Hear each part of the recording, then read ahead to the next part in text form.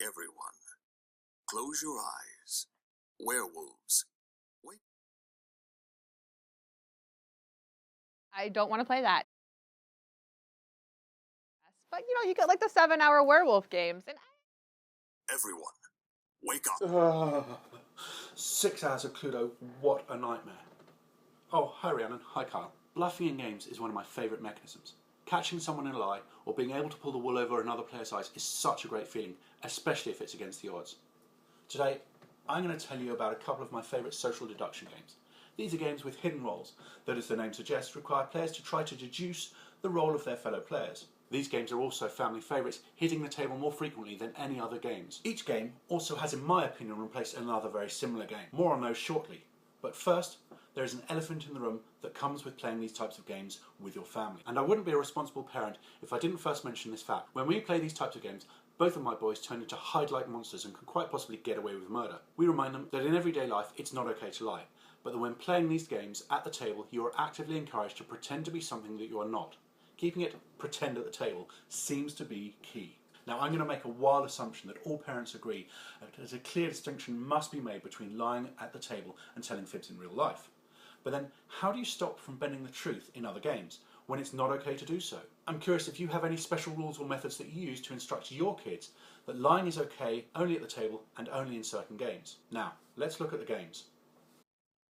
In Ted Alsbach's One Night Ultimate Werewolf, players are randomly assigned a role from one of two teams, either the villagers or the werewolves. The villagers win if they by majority vote kill a werewolf, and the werewolves win if they by majority vote kill a villager.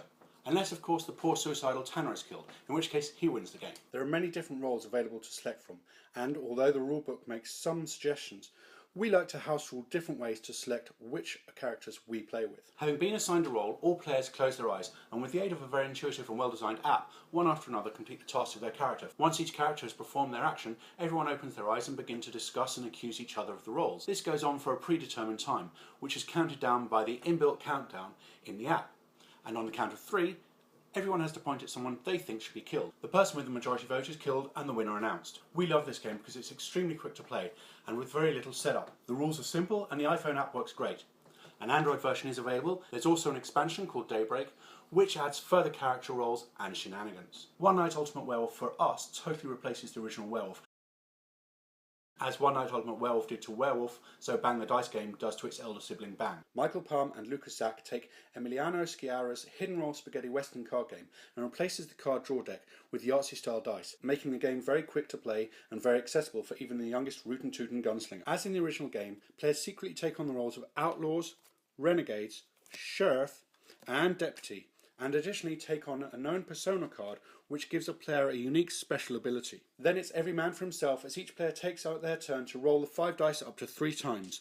The result of the dice will determine what the player can do: heal a wound, wound someone 1 or 2 positions away from him, blow himself up, wound everyone with a Gatling gun, or even be bombarded with Indian arrows. The obvious thing here is to try and eliminate the other players by winning them as much as possible, but the trick is you don't know the role of anyone else at the table except for the sheriff, and you might just end up killing your partner. The sheriff only wins if he kills all the outlaws and renegades. The deputy must protect the sheriff and kill any outlaws. The outlaws must kill the deputy, and the renegade must simply be the last man standing.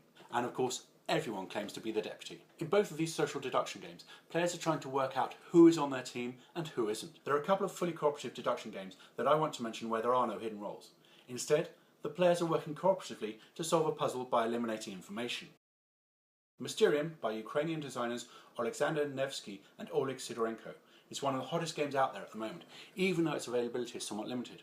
Most people owning the Polish version of the game that was published by Portal last year. The English version of the game is to be published by Libelud later in 2015. One player will take on the role of a ghost. In case of mistaken identity, was killed by the other players who fill the roles of detectives investigating a crime. In case, the ghost player must guide the detectives through a series of dream visuals towards the real killer, weapons and locales. This much of the game is much like Cluedo or Clue, mixing beautiful card art of Dixit-style cards. For me, the game totally blows Clue out of the water. Never again will I have to sit through a 6-hour game of it.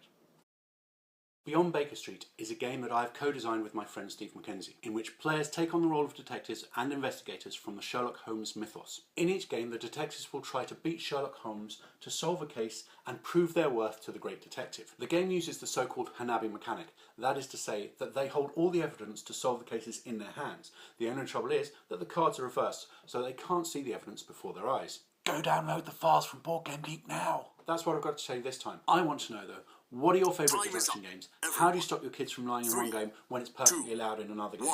And who am I?